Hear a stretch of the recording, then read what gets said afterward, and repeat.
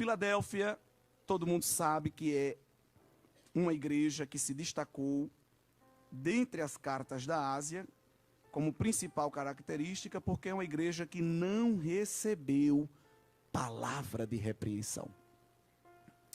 A do próximo domingo praticamente só recebeu palavra de repreensão. Mas a carta a Filadélfia é uma carta de elogio. Esmirna também foi uma igreja muito elogiada por Jesus. Isso significa não que o Senhor tem preferências, mas significa que Ele é justo em reconhecer quem é quem. Todas as vezes que as cartas se iniciam, Jesus usa a expressão, eu sei as tuas obras. Ele repete esta frase em todas as 7 cartas, para lembrar que Ele é aquele que conhece a sua igreja. Jesus não depende de relatório de alguém para saber quem é a igreja. Não é isso? Os relatórios servem aos homens, não a Jesus. Aquele relatório financeiro, relatório de almas salvas, relatório de batismo, de quantos membros se tornaram membros da igreja, isso é para a instituição, não é para Jesus. Porque Jesus não precisa de relatórios financeiros, nem departamentais, para conhecer a igreja, porque a igreja é dele, ele conhece melhor do que ninguém, e de vez em quando ele relembra a sua igreja, eu sei as tuas obras, eu sei os teus caminhos, eu sei as tuas atitudes, sei os teus pensamentos, porque ele não sabe só as nossas obras. Em uma das cartas a uma das igrejas, ele disse que ele é aquele que sonda mentes e corações. Ele disse isso para a igreja em Tiatira. Então ele não só conhece o que a gente faz, mas também conhece o que a gente pensa. E Filadélfia, historicamente, era a cidade mais jovem das 7 cartas, a igreja mais jovem. E é interessante que mesmo sendo uma igreja muito jovem em tempo, era uma igreja que tinha uma produtividade espiritual, uma qualidade espiritual muito grande. Isso também nos ensina que Jesus não olha para a idade da igreja. E que ele pode produzir maturidade numa igreja, mesmo que ela não tenha ainda tantos anos de funcionamento. Uma igreja que eu digo, uma comunidade de crentes. Tem igrejas que estão comemorando seus centenários, tem igrejas que já estão perto de completar o seu bicentenário, não é? E tem igrejas que todo dia surgem. Não estou falando dessas igrejas irresponsáveis quanto à palavra, mas igrejas sérias. Através da expansão do evangelho, todo dia se abrem igrejas, congregações, não é? E é possível que em pouco tempo uma comunidade de crente atinja maturidade espiritual. E infelizmente também é possível que igrejas que tenham décadas de funcionamento sejam ainda imaturas. Tenham dificuldade em ser aperfeiçoadas pelo Espírito de Deus e pela sua palavra. Igrejas trabalhosas, que sempre tem que estar sendo ensinada, exortada, admoestada, porque infelizmente não adquire essa maturidade espiritual. Com Filadélfia não aconteceu assim. Filadélfia, assim como as demais igrejas, tinha os seus desafios do seu contexto histórico, cultural, político, geográfico. Nenhuma dessas igrejas estava numa zona de conforto, de perfeição. Laodiceia foi a que tinha o melhor conjunto de condições reunidas, e também era a pior igreja. Isso significa que a igreja não precisa ter condições favoráveis para estar bem, porque a igreja que mais tinha condições externas favoráveis, espiritualmente era a pior. E nós vimos também que a igreja que tinha as condições externas piores, era uma igreja que para Cristo foi muito elogiada. Então Cristo não estabelece a saúde espiritual da igreja baseado no contexto geopolítico, financeiro, econômico ou qualquer coisa desse tipo, não é? Porque a força da igreja não vem de dentro e nem vem de fora, vem do alto, não é isso, meus irmãos? A fonte de vida da igreja vem do alto, não depende, é claro, do contexto. Mas Cristo conhece e entende o contexto da igreja. Porque todas as cartas da Ásia são cartas contextualizadas. Jesus fala do contexto de cada igreja. Ele sabe os contextos de cada igreja, entende esses contextos e exige de cada igreja baseado no contexto em que ela está inserida. Embora que esse contexto não seja necessário para o funcionamento dela. Essa cidade era o correio, a porta do correio imperial do Oriente, é a porta onde a cultura grega e helenística era disseminada no Império, era uma rota muito conhecida. Recebeu esse nome de Filadélfia, Casa do Amor Fraterno, por uma homenagem que o imperador fez ao seu irmão, o imperador Átalo. Só que esta cidade mudou de nome 2 vezes. Ela estava numa região de muitos terremotos. Era uma cidade instável do ponto de vista da natureza. Casa rachada, casa desmoronada, era uma cena muito comum em Filadélfia. Por isso que muitos até procuravam não morar lá. Viviam em cabanas passageiras nos arredores ou em casa de familiares em outras cidades, com medo de se instalar fixamente na sua própria casa, porque era uma cidade muito instável do ponto de vista dos terremotos. Também estava assentado em uma região vulcânica, sofria muito também com as erupções. Porém, um dos imperadores romanos diminuiu ou suspendeu os impostos para que as pessoas pudessem reconstruir suas casas. Ele enviou grande quantidade de dinheiro, Tibério, para a cidade ser reedificada. E aí, uma forma de homenagear a ele, deram à cidade o novo nome de Neo-Cesarina, que era uma homenagem ao título de César. Não é? Mas na frente vai mudar de nome mais uma vez em homenagem ao imperador Flávio Vespasiano. E Filadélfia vai passar a ser chamada de Flávia. Então, é uma cidade que mudou de nome algumas vezes. É por isso que mais na frente Jesus vai dizer que a igreja que estava naquela cidade, ele não ia dar um novo nome de um imperador, mas ele ia dar o próprio nome dele à igreja que estava naquela cidade, né? Que é o nome eterno, é o nome santo do Senhor Jesus. E esta cidade, evidentemente, tem outra característica interessante. As outras igrejas das outras cidades não perduraram por muito tempo. Do ponto de vista de tempo, a igreja que estava em Filadélfia foi a que mais durou ao longo dos séculos. Teve igrejas aqui que desapareceram poucos anos depois da escrita da carta. Mas Filadélfia foi a igreja mais longeva, a mais jovem no momento da escrita, mas também a que mais perdurou, a que mais durou por causa da sua fidelidade a Cristo. Nós vimos que cada carta Jesus se apresenta com alguns títulos e esses títulos não se repetem. Quais são os títulos que Jesus utiliza ou as características dele que ele usa para se apresentar à igreja em Filadélfia? Ele se apresenta como santo e como verdadeiro no versículo 7. A santidade de Cristo, a santidade de Deus, nós já conhecemos, é uma das principais características de Deus. Deus não é santificado, mas é santificador, porque ele é a fonte da santidade. Ele não precisa procurar algo ou alguém para receber santidade. A santidade provém dele e ele exige que todos nós desfrutemos desta santidade de Deus. É um dos atributos e uma das características da personalidade de Deus que ele quer que a gente também tenha. Mas outra característica do caráter de Deus em Cristo é que ele se apresenta como verdadeiro. E em outra tradução, esse verdadeiro aqui significa aquele que é autêntico, aquele que é genuíno, ou mesmo aquele que é fiel. Em que sentido? No sentido de que aquilo que ele fala não muda, aquilo que ele fala não falha, aquilo que ele fala não degenera. Porque ele não precisa ser gabaritado e nem respaldado por ninguém. Ele é que se gabarita, ele é que se respalda, ele é que se confirma.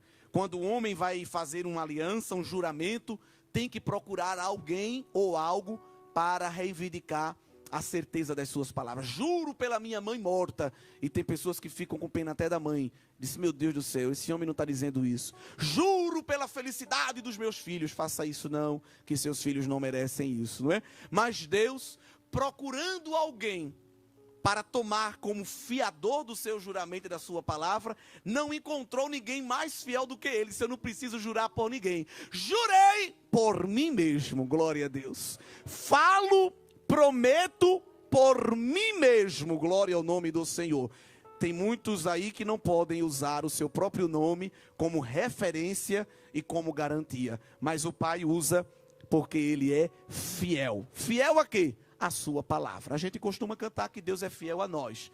Mas inerentemente na natureza de Deus, Ele não é fiel a nós. Ele demonstra a sua fidelidade a nós. Porque Deus não é fiel com o infiel.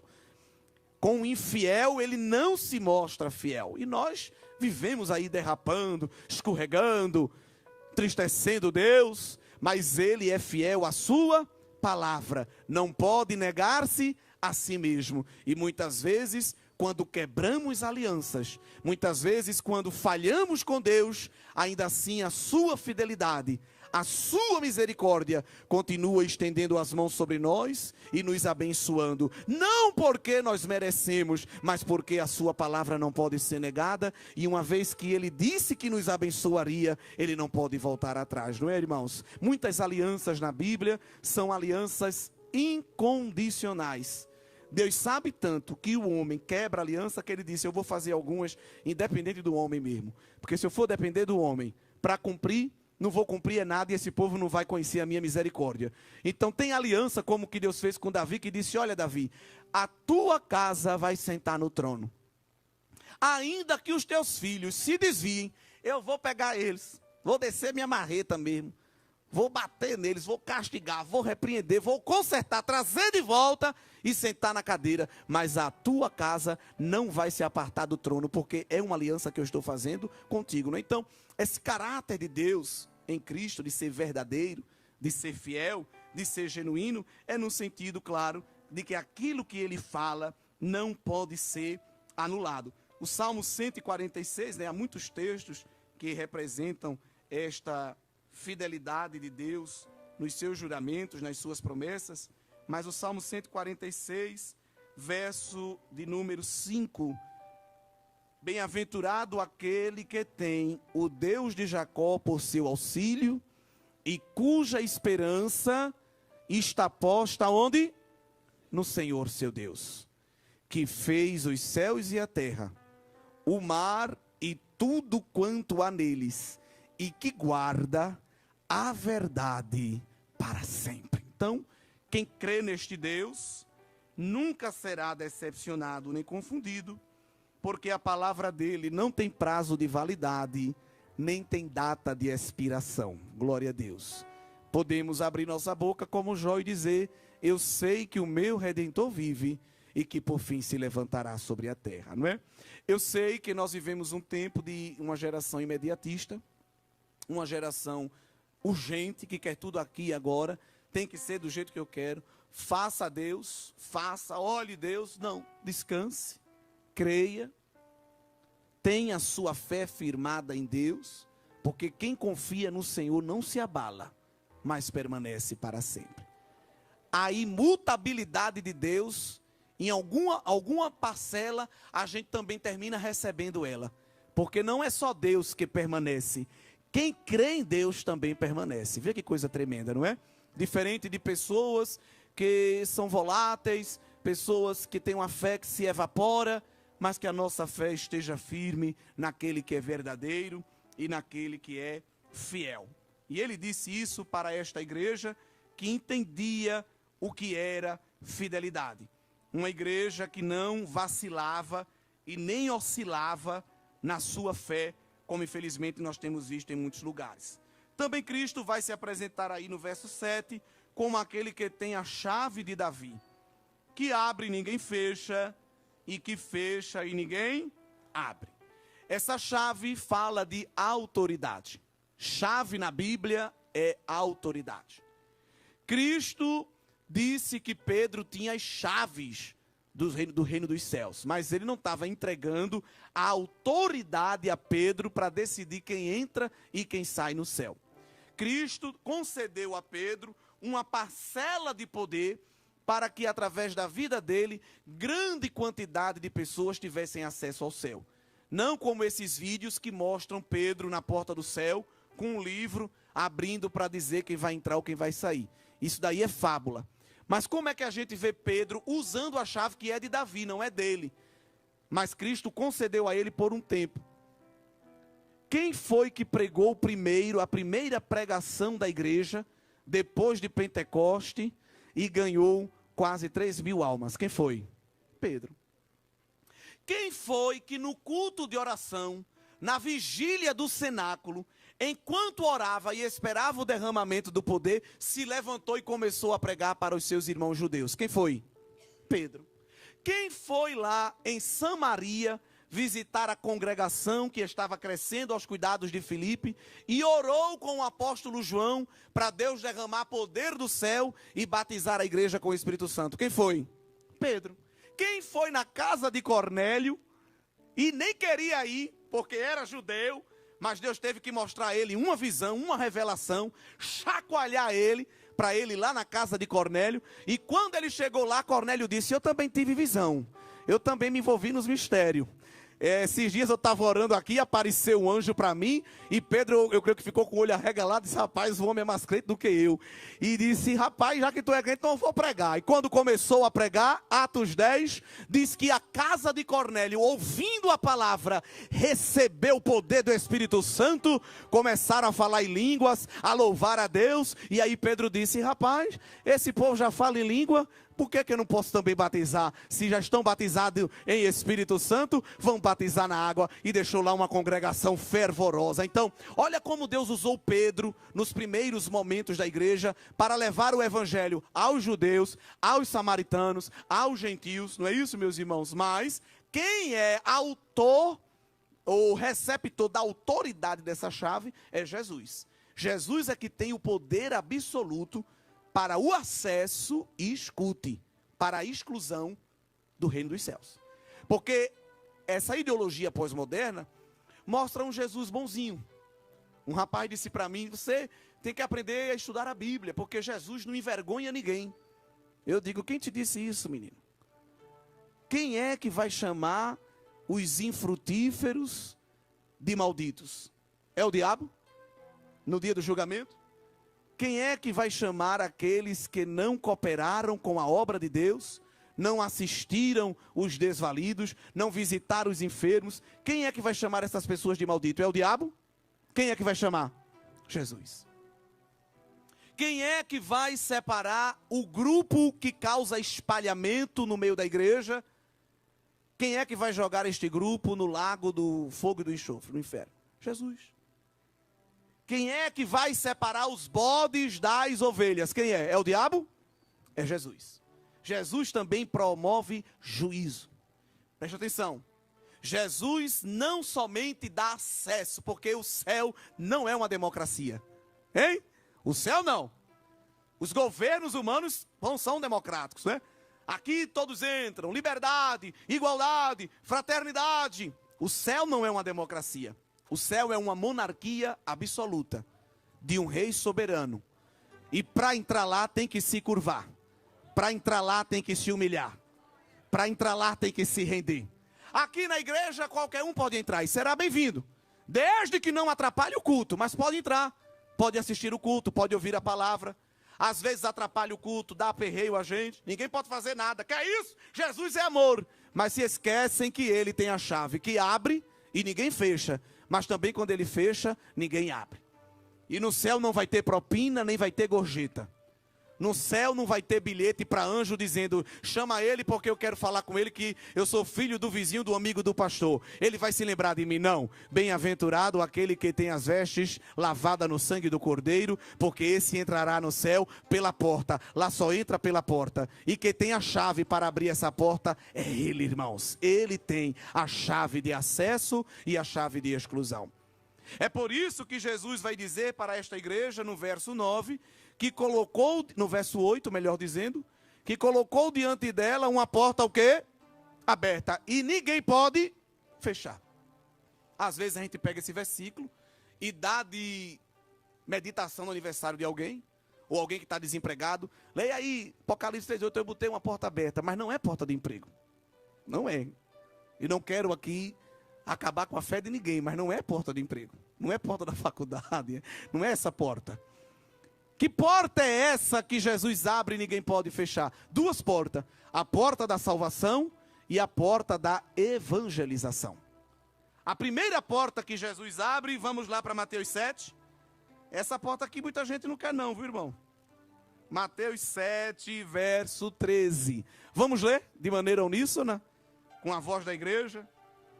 Essa porta aqui muita gente... Ah, essa eu não quero não, Jesus. Essa aí não está de acordo com as minhas expectativas. Mateus 7, 13, vamos ler todos juntos? Entrai pela porta estreita, porque larga é a porta, e espaçoso o caminho, que conduz à perdição, e muitos são os que entram por ela. E porque estreita é a porta, e apertado o caminho que leva à vida, e poucos há que a encontrem. Quer ver como isso se cumpre? Nesta hora, nós temos mais bares, restaurantes, shoppings, cinemas, sorveterias e tudo mais abertos e com mais gente do que igreja. E olha que diz assim, tem muita igreja, mas proporcionalmente ainda não é nada. Domingo à noite é uma prova cabal de que a porta para a salvação é estreita e poucos entram por ela. E nós estamos aqui não é porque a gente é bom, é porque a graça e a misericórdia nos alcançou. Porque poderíamos estar agora na mesa do bar, poderíamos estar agora na beira da praia, poderíamos estar no luau, poderíamos estar numa sessão esotérica, adorando a Mãe Terra, a lua, mas a graça e a misericórdia nos alcançou, e nós estamos no santuário, adorando aquele que é santo e é verdadeiro, mesmo com as nossas falhas, mesmo com as nossas limitações, mas o guindaste da graça e da misericórdia tem nos atraído e tem nos sustentado para permanecermos firmes na presença dele. Repito, não é errado passear, vá passear, vá ter o lazer, descanse, não é? Mas lembre-se que o caminho para a vida eterna é estreito. E quem vive de bar em mar e de mesa em mesa, com certeza não está no caminho estreito. Mas quem vive de culto em culto, de vigília em vigília, de oração em oração, você encontra com ele de um caminho para o outro, irmão, como é que tu está? Ore por mim, meu filho, é luta, é peleja. Mas tu quer deixar? Não, quero não, eu estou com Jesus. Eu sei que meu Redentor vive. Como é que tu está? Meu filho, eu estou precisando da sua oração, da sua intercessão. Me ajude, eu estou carregando minha cruz. Eu estou levando o meu fardo, mas o Senhor está comigo. O Pai está comigo. Ele não tem me deixado só, porque eu faço tudo o que lhe agrada. Jesus disse isso. Não é? Jesus, a primeira porta que Jesus abriu foi a porta da salvação. O que é que diz João 10? Essa porta muita gente não quer entrar. Quando alguém disser assim, irmão, estou botando uma porta aberta. Apocalipse 13:8. Pergunte à pessoa, que porta é essa? Que porta é essa? Se ela não souber, você vai ajudar ela a descobrir. João 10 e verso 9, Jesus nos dá clareza que porta é essa. Eu sou a porta. Que porta? A porta do sucesso? A porta das contas pagas? A porta de um relacionamento frutífero? A porta das boas amizades? Não. Eu sou a porta. Se alguém entrar por mim, salvar-se-á. Entrará, sairá e achará pastagem. Quem entra na porta que é Cristo, recebe abrigo e alimento. Glória. O mercenário está lá fora. As raposas estão lá fora. O lobo voraz quer nos tragar, mas dentro do aprisco tem abrigo e tem segurança. O inimigo rosna e diz, eu vou abocanhar. Mas o bom pastor que dará vida pelas ovelhas diz, não, eu protejo. Aqui tem vara e tem cajado, tem pasto verde, tem água tranquila. O mundo é caótico, mas na relva de Deus tem descanso. O mundo é turbulento, mas no aprisco de Deus tem segurança. E quem corre para ele sempre encontra retiro, refúgio e refrigério. É por isso que nós estamos aqui. Estamos aqui porque sabemos que neste ambiente nós encontramos a paz do nosso pastor. Mas Jesus não coloca a gente numa porta, que é a porta da salvação, sem abrir a porta da evangelização. É por isso que ele diz que esta porta está aberta e ninguém pode fechar. Quando ele abre uma porta para a igreja, ninguém fecha. Nem decreto, nem governo, nem filosofia, nem ideologia, nem feitiçaria, nada nem ninguém obstrui o caminho da igreja. Porque o caminho da igreja é acessibilizado por Cristo. E Ele é aquele que vai adiante e é aquele que vai na retaguarda. Ele disse para Isaías: na dianteira vai a minha justiça e na retaguarda vai a minha glória. Não tem cano de escape melhor do que ter a glória de Deus. Vê que coisa tremenda, não é? Aonde a igreja passa, ela deixa o rastro da glória de Deus. Aonde a igreja passa, ela deixa vida, ela deixa transformação, não é? O Estado tem lutado em muitos lugares contra a igreja, mas a igreja tem resolvido muitos problemas que o Estado não consegue resolver. Porque tem comunidade, com todo respeito, que a polícia militar não entra, mas a CEADAL entra. Eita Deus grande. CEADAL, para quem nos assiste, é a campanha evangelizadora. Glória a Deus. Tem ala de hospital que até o enfermeiro tem medo de ir. E seguindo as normas de biossegurança, vai, com as recomendações da OMS, toda aquela parafernália que o protocolo higiênico sanitário manda. E tem que ser mesmo. Mas aquele lugar que às vezes a enfermeira, as normas de biossegurança militar, a irmã da comissão do ciclo de oração vai. Glória a Deus. Isso é evangelho, irmão. Isso é porta que Deus abre. Tem gente que morre de medo de passar na porta de um presídio. A igreja tem congregação dentro de presídio. Glória a Deus. Porque a porta que Deus abre, ninguém fecha. Eu fui visitar o presídio, o irmão disse: nós estamos com já 3 congregações aqui dentro. Uma congregação foi o chaveiro que disse que ia abrir. E abriu e comprou o som. Porque ele tinha uma pena muito grande e injusta. Ele contou lá a história. E a penalidade dele, o promotor conseguiu fazer a cabeça do juiz e do júri, e ele recebeu uma pena muito grande. E conversando com ele, eu falei que Deus era justo. Ele disse: Deus não é justo não, porque se Deus fosse justo, eu não tinha recebido esta pena. E ele disse: eu vou dizer a você que Deus é justo. E começou a evangelizar, a mostrar a justiça de Deus. Ele disse: bom, se o seu Deus é justo, Ele vai me livrar deste negócio. E eu vou receber uma pena justa. Não de acordo com a justiça do homem, mas da justiça de Deus. Aí o irmão aproveitou, porque crente, né, tem que ter sabedoria. Ele disse: se Deus lhe abençoar, você vai fazer o quê? Por eles. Então pronto, se o teu Deus mudar a minha pena, eu deixo abrir uma congregação aqui dentro. Aí o irmão foi orar, disse: Jesus, a audiência agora é contigo. Faz, glória. Na outra semana teve audiência aqui, teve audiência ali, alguém carimbou, alguém assinou, ouviu uma parte, ouviu outra. O chaveiro veio para o disse: irmão, você não sabe o que aconteceu, o que foi? Recebi outra pena, outro alvará. Glória a Deus. Para os irmãos terem ideia, era como se ele fosse pagar 40 anos. Ele disse: reduziu para 7. E metade vai ser em semi-aberto, ainda vou ter o direito de ir para casa. Ele disse: e agora? Agora pode mandar comprar o som, o melhor que tiver. Eu quero a congregação aqui dentro do presídio. Eu fui lá, preguei lá no som, som de Torá, assim, melhor que o da igreja. Porque quando Deus abre uma porta, ninguém fecha. A igreja entra onde ninguém entra, porque ela está com Jesus. Glória a Deus. E a igreja de Filadélfia, irmão, era uma igreja pobre, era uma igreja sem fama, era uma igreja fraca do ponto de vista de influência pessoal. Quem está dizendo isso? Jesus, no verso 8. Eu sei que tu tem pouca força. Essa igreja, queridos irmãos, ela era uma igreja sem fama, mas era uma igreja com poder. Era uma igreja pequena, mas era uma igreja fiel. Era uma igreja sem influência, mas era uma igreja com integridade. Glória a Deus. Tem tantas igrejas famosas por aí. Tem tantas igrejas influentes por aí, mas não tem integridade. Não tem fidelidade. Não angaria vidas para o reino de Deus. Mas a igreja não precisa de influência política, a igreja não precisa de influência econômica, a igreja precisa do poder do Espírito Santo. Porque a igreja que está firmada no poder do Espírito, as portas do inferno não prevalecerão contra ela. Ela avança, ela marcha, ela cresce, glória a Deus, ela prospera, ela prevalece. E nisto tudo o nome do Senhor é exaltado. O apóstolo Paulo sofreu muitos embates. O apóstolo Paulo, como grande missionário, sofreu muitos empecilhos, mas ele gostava de usar a expressão porta aberta, não a de emprego, mas a segunda porta que estou falando esta noite. A primeira porta que Jesus abre é a porta da salvação. E a segunda porta é qual? Da evangelização. Vamos ver, primeira carta aos Coríntios, capítulo 16, versículo 9.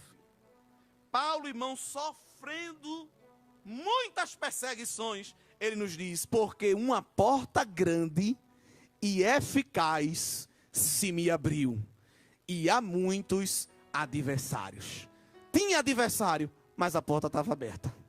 Glória a Deus.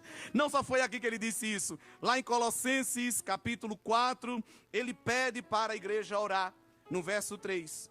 Orando também juntamente por nós, para que Deus nos abra a porta da palavra.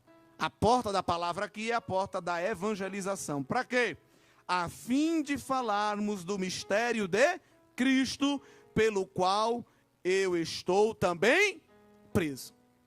Se Paulo fosse esses crentes de hoje em dia, ia mandar um zap para a igreja e dizer assim: olha, irmãos, eu estou preso, então também não prego. Acabou-se meu ministério, ore por mim, não dá mais. Não é isso? Paulo escreveu para Timóteo e disse: Timóteo, varão, ninguém me ajudou, ninguém me assistiu. Tem tanta gente fazendo mimimi na internet, diz: ninguém gosta de mim, ninguém me ajuda, ai, tanta coisa. Veja o que Paulo diz a Timóteo na segunda carta que ele escreve a Timóteo, no capítulo 4 e no versículo de número 16. Ninguém me assistiu na minha primeira defesa, antes todos me desampararam. Aí olha o que ele diz na continuação: que isto não lhes seja imputado, que Deus não coloque na conta deles, no saldo negativo deles, o fato de eles não terem me ajudado. Verso 17: mas o Senhor assistiu-me e fortaleceu-me, para que por mim fosse cumprida a pregação, e todos os gentios a ouvissem, e fiquei livre da boca do leão. Porque o Império Romano prendeu Paulo na tentativa de calar a voz de Paulo e impedir a pregação do Evangelho. Só que aquilo que era para ser atrapalho virou ajuda. Aquilo que era para virar empecilho se tornou estrada de acesso, porque Deus é Deus. E o que foi que o Império Romano fez? Pregou uma granada, uma bomba chiando e botou dentro do próprio império. Porque no ato de prender Paulo, aquela bomba de poder do Espírito de Deus na vida de Paulo não explodiu para destruir, mas irradiou a glória de Deus dentro da casa de César. E uma das cartas que Paulo escreve a uma das igrejas, ele diz: a congregação que está na casa de César envia a paz do Senhor. O homem já tinha aberto congregação lá dentro, preso, mas ele disse: eu estou preso, mas a palavra não está presa, porque o Senhor me abriu uma grande porta e eficaz. Irmãos, Deus abre portas, mas a gente entra por elas. Porque que Deus abre porta é inegável. Tem muita porta aberta para a igreja. Tem mais porta aberta do que porta fechada. O problema é que tem muita gente na frente da porta dizendo: eu entro ou não entro? Ai Deus, eu vou ou não vou? Será que dá? Será que não dá? Será que vai chover? É que eu vi a previsão, diz que vai chover. Eu não sei, Deus, eu vou ou não vou? Meu cabelo. Oh, irmãos, há uma porta aberta e a gente lá, lado de fora. Eita Deus, né? Ai Deus, eu vou, mas que hora que acaba, irmão? Pergunta a ele a hora que acaba. Não vai passar da hora não, né? Porque eu tenho meu remédio, eu tenho meu gato para dar ração. Essa é a igreja do século 21. Essa é a igreja do século 21. Tem um jogo, irmão, a final do campeonato. Ore para que Deus dê vitória ao meu time. Esta é a igreja do século 21. Deus continua abrindo portas, mas a gente não entra por ela. Mas o Senhor nos sacude, o Senhor nos chacoalha esta noite com esta palavra. E Ele está dando um empurrãozinho a gente aqui esta noite. Ele está dando um empurrãozinho da graça, dizendo: a porta está aberta, entra, vai fazer minha obra. Te levanta, abre a boca, toma coragem, te anima. Não olha para o leão, olha para mim, que sou o leão de Judá. Eu estou contigo, eu sou a tua força. eu sou o teu escudo, mas tem uma seta apontada, mas tem um arco, se for preciso eu quebro o arco e quebro a seta, mas se não quebrar, eu deixo alguém até soltar, mas eu faço ela fazer uma curva e ela não te atinge, porque eu te livro na armadilha, te livro da armadilha, o livramento é total, vai fazendo a minha obra, a porta está aberta, vai fazendo a minha obra. Igreja que era pouco forte, mas era muito fiel. Essa força aqui é força no sentido de influência, de poderio, de conquistas materiais, mas era uma igreja que sobejava em fidelidade. Por isso que Jesus relembra para eles que a porta estava aberta. A porta da salvação e a porta da evangelização. Essa igreja sofria duas frentes de resistência. A frente pagã do Império Romano e o verso 9 diz que também sofriam com a frente de resistência da sinagoga de Satanás. Quem era a sinagoga de Satanás? O grupo judaizante. O grupo que não aceitava que os gentios recebessem a salvação. Vê que coisa? É o filho mais velho que não quer dividir o biscoito com o filho mais novo. Só que com Israel era pior. Eles não queriam dividir a salvação, irmão. Não quero que eles sejam salvos, não. Eles não têm direito. Olha, a gente conversando esses dias sobre o que está acontecendo com Israel. Qual é o povo no mundo que mais ora por Israel? Quem é? Quem é o povo que mais ora por Israel? A igreja. E quem é o grupo que Israel mais odeia? A igreja, irmão. A igreja. O judeu mesmo da gema não suporta cristão. E não é de hoje, não. Não é de hoje, não. Até vídeos aí circulam de missionários em Israel, pregando a palavra e recebendo cuspida. Não é nem de árabe, né? Que os árabes a gente sabe que são hostis. Muitos têm sido terroristas, mas são judeus mesmo. Expulsando, dizendo, não quero que vocês pregando aqui. É claro que isso Deus vai tratar. Mas não é de hoje que os judaizantes, e não são todos, têm pavor da igreja cristã. Isso começou já no começo da igreja. Veja lá em Atos 24. Como é que eles chamavam os cristãos? Atos 24 e o verso de número 5. Olha como eles apelidavam a igreja. Atos 24 e 5. Temos achado, isso aqui é falando de Paulo, que este homem é uma peste. Olha só. E tem gente chorando dizendo, ai, ela disse que eu sou desafinada, não quero cantar mais para Jesus.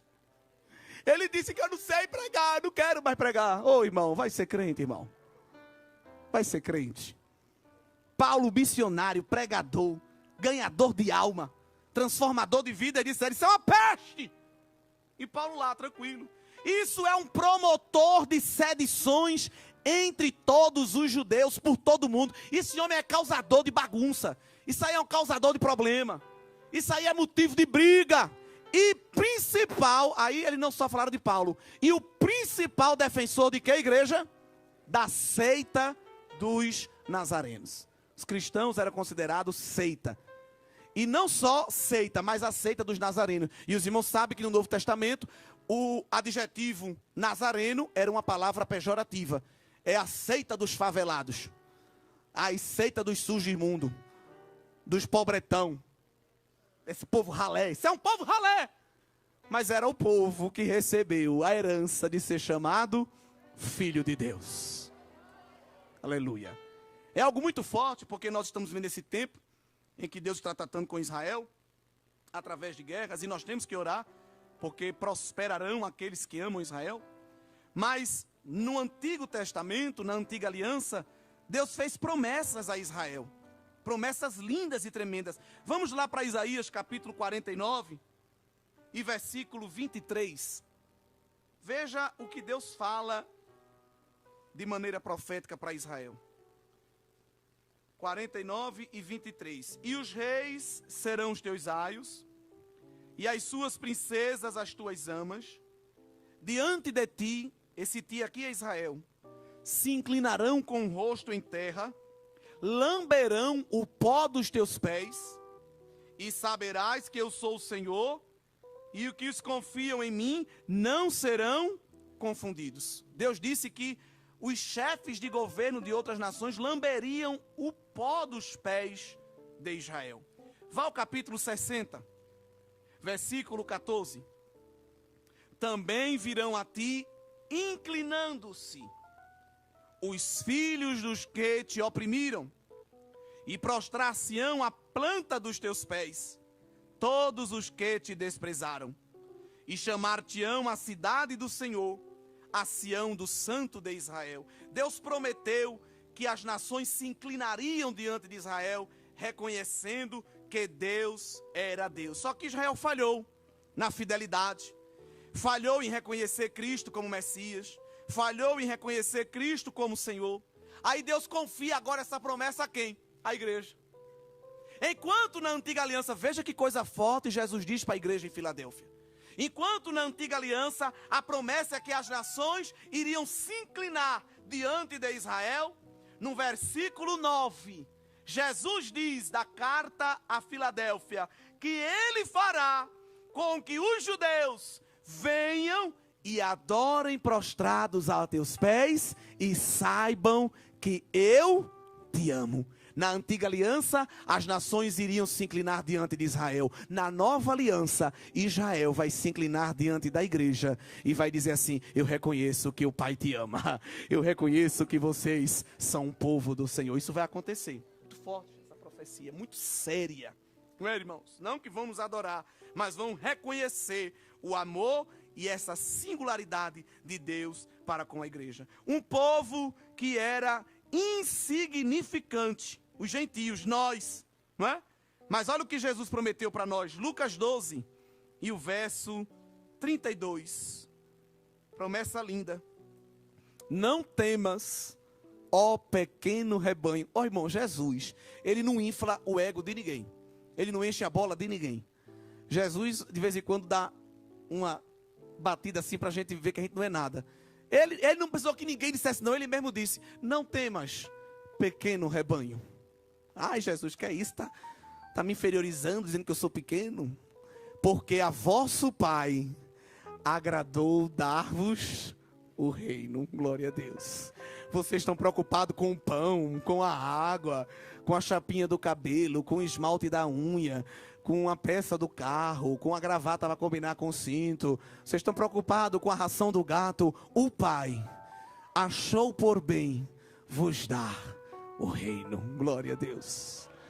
Jambuzeiro velho, parra brava, me permita, erva daninha, capim velho era o que éramos, mas a graça fez o agrônomo por excelência, o agricultor dos agricultores, pegar este pedaço de capim, pegar esta erva daninha e enxertar na videira verdadeira. E agora somos galhos frutíferos na presença de Deus. Temos sido batizados, regenerados, justificados, temos sido santificados. O Senhor tem nos dado dons, tem nos dado a presença dEle, nos glorificará. Nós somos a nação santa, o povo adquirido, o sacerdócio real. O Espírito nos dá direito de chamar Deus de Pai, Papai, Painho, Abba Pai. Nem os judeus chamam Ele de Pai, se distanciam o chamando de Adonai ou de Eterno, mas nós somos os enxeridos, a gente chama Ele de Papai,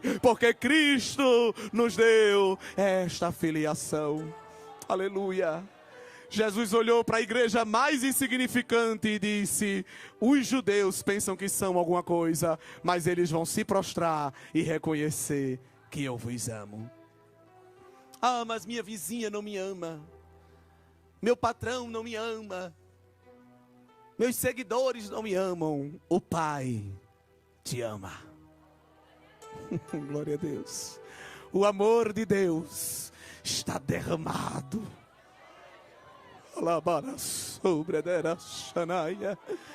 Alguém te maltrata e te ridiculariza, mas Jesus disse que ia ser assim. Bem-aventurados sois vós quando vos injuriarem, quando vos perseguirem. Irmão, vamos parar de chorumela nas esquinas. Não gosta de mim, não gosta de mim. O Pai nos ama.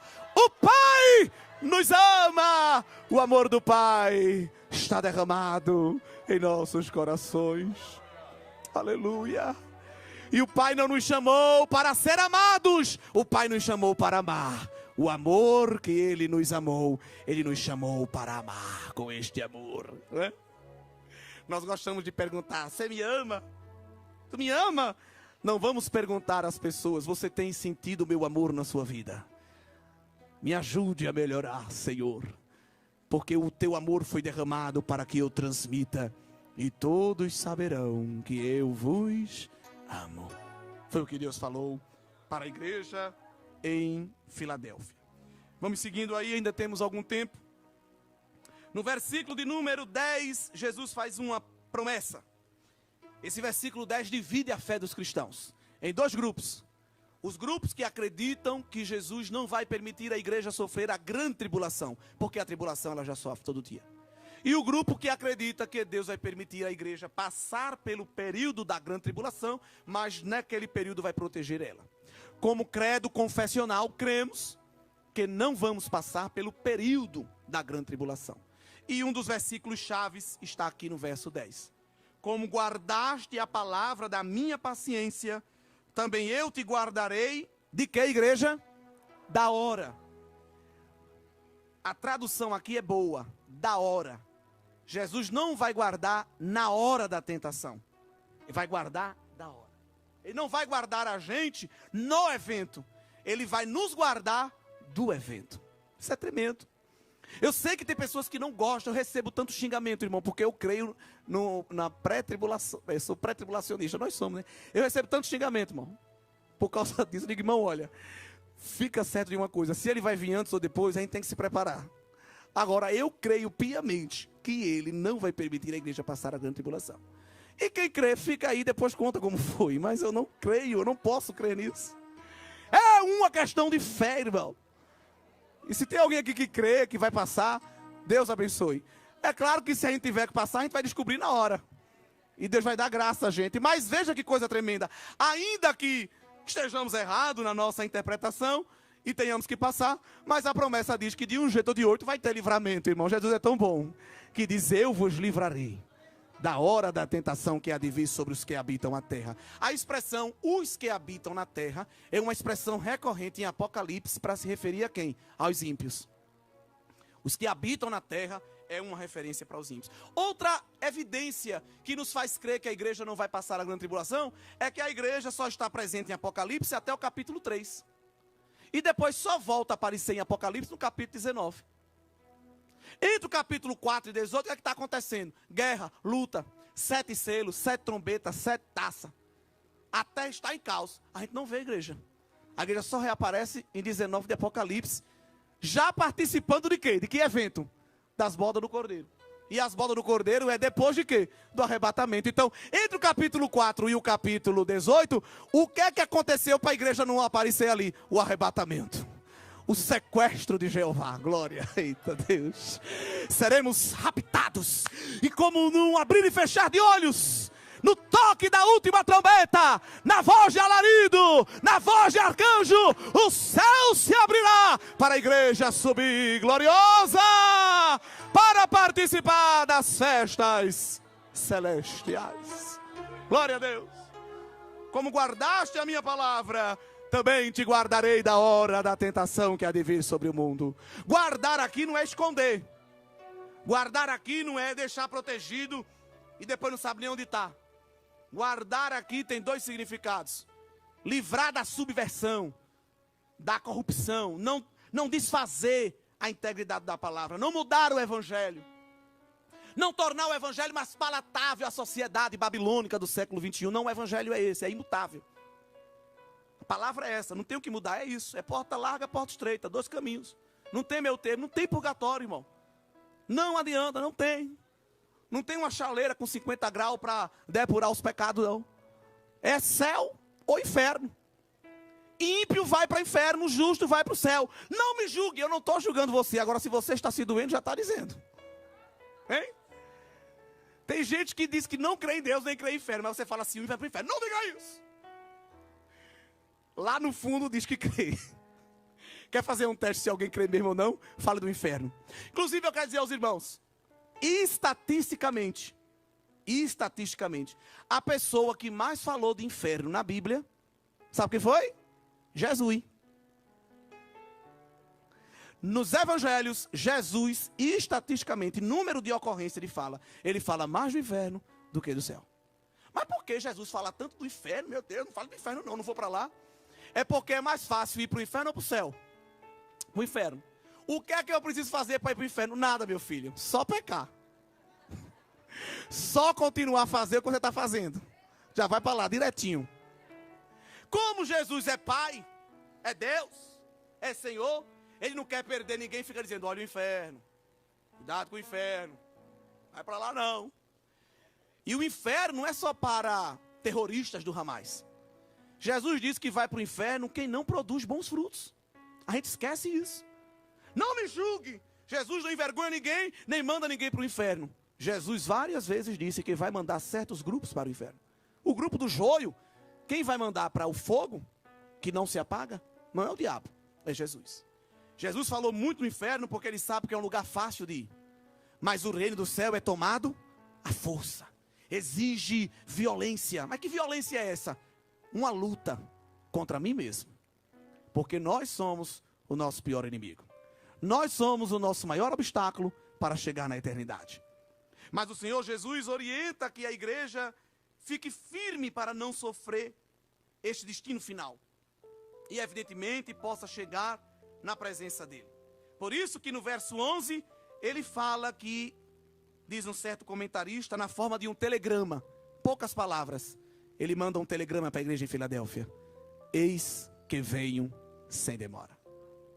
Eis que breve venho. Cedo venho. Isso aqui não é uma data cronológica, isso aqui é um princípio. Ah, mas faz 2000 anos que a igreja diz isso. Mas alguém tá vivo há 2000 anos? Tem alguém aqui vivo há 2000 anos? Não. Então isso aqui não é um fator cronológico, é um princípio. De que sentido? Tem que estar pronto a qualquer hora.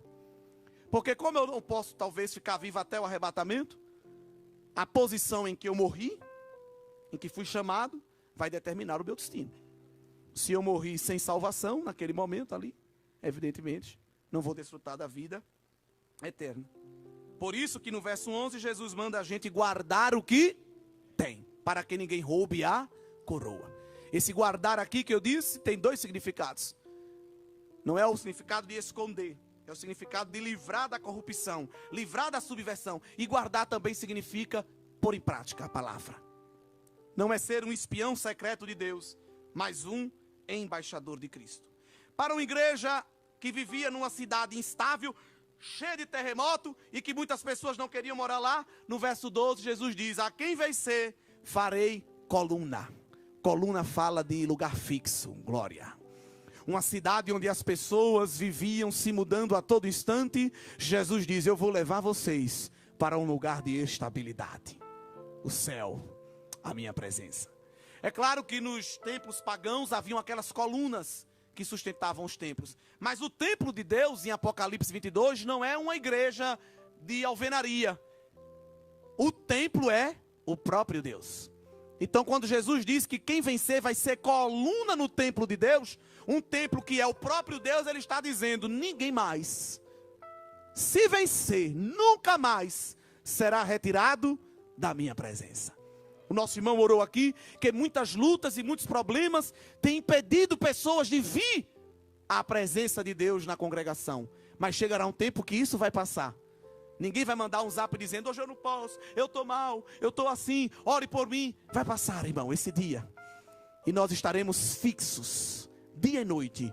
Noite e dia, na verdade nem vai existir noite, porque Deus é a lâmpada, Deus é a luz e o Cordeiro é a lâmpada. 24 horas de glória, como lá na Noruega no verão, que é 24 horas de sol. Nós vamos viver 24 horas de glória, para onde a gente se virá o reflexo da lâmpada do Cordeiro, e nós como colunas estáveis.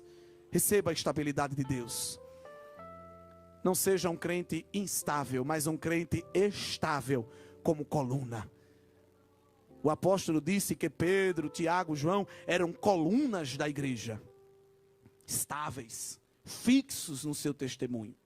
Quão firme nós estamos aqui para podermos estar estáveis lá. Aquele que se tornar coluna nunca sairá da presença de Deus. Quando Jesus arrebatar a igreja vai estar com Jesus no arrebatamento, tribunal de Cristo, bodas do Cordeiro, vinda gloriosa, derrota do anticristo, entrada no milênio, julgamento de Satanás, grande juízo final, descida do novo céu e da nova terra. Ou seja, depois que Jesus vier buscar a igreja, o que vencer nunca mais vai sair de perto de Jesus. Vê que coisa tremenda, hein? A igreja vai ter um lugar privilegiado, porque onde Jesus estiver, a igreja vai estar. Até quando ele estiver reinando, ele disse, a igreja vai estar reinando comigo. Não vai ser os chanceleres, os premiers, os déspotas, os tiranos estão com seus dias contados, porque no reino de Cristo, nós é que reinaremos com ele. Que vencer, reinará comigo. Sentará comigo no trono. No mundo, os homens lutam por cadeiras. Tem uns que acham uma cadeira pouco, é 2, 3. Jesus é um que diz, eu vou dividir o meu trono com vocês. Glória a Deus. Escreverei sobre ele o nome do meu Deus. Não é o nome de César, não é o nome de Flávio, de Vespasiano, de Tibério, de ninguém mais. É o nome de Cristo. Quem segue a besta, quem segue o mundo, recebe o nome da besta. Apocalipse 13 e 17 diz que só comprará no sistema montado pela besta quem tiver o sinal ou o nome dela escrito na sua testa ou na sua mão. Os seguidores do sistema mundano vão ser marcados com o nome do mundo.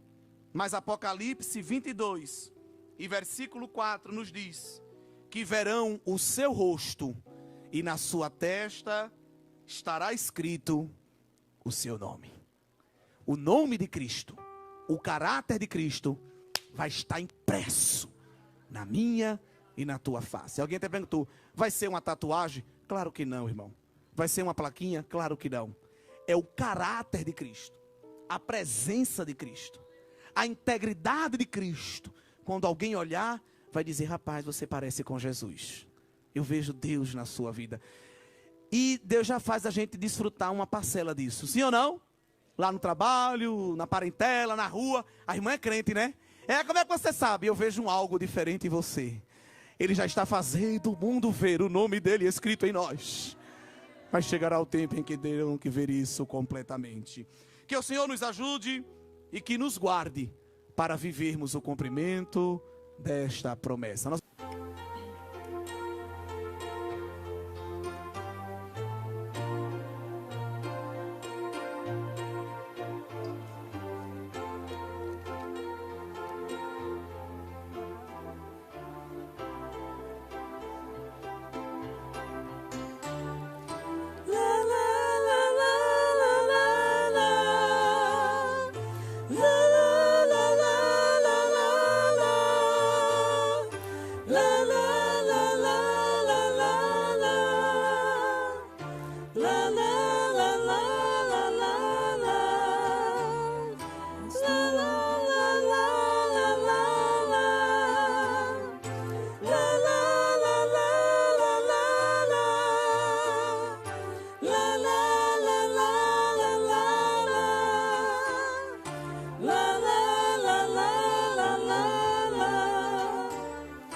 Tuas obras eu bem sei, guardaste a minha santa lei, por isso a porta aberta diante de ti coloquei, embora tendo pouca força, tu não negaste o meu nome.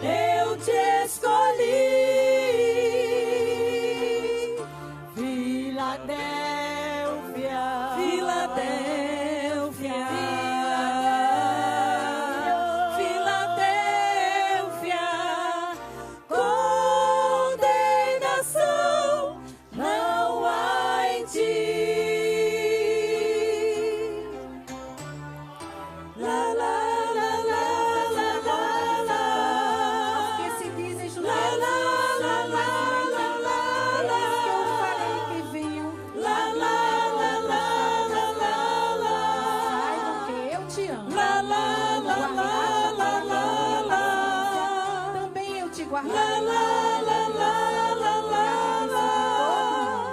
para La, tentar la, la, la, la, la, la. eis que venho sem temor, La, la, la, guarda o que tens, para que ninguém tome a tua La, coroa. la, la, la, la, la, la. Mas todo aquele que vencer, coluna firme eu farei, e nele o meu novo nome, pra sempre eu escreverei. Também o nome da cidade, a Nova Jerusalém, Filadélfia, Filadélfia, Filadélfia, eu te chamei, eu te escolhi. Filadélfia, Filadélfia, Filadélfia, Filadélfia, condenação não há em ti. Filadélfia.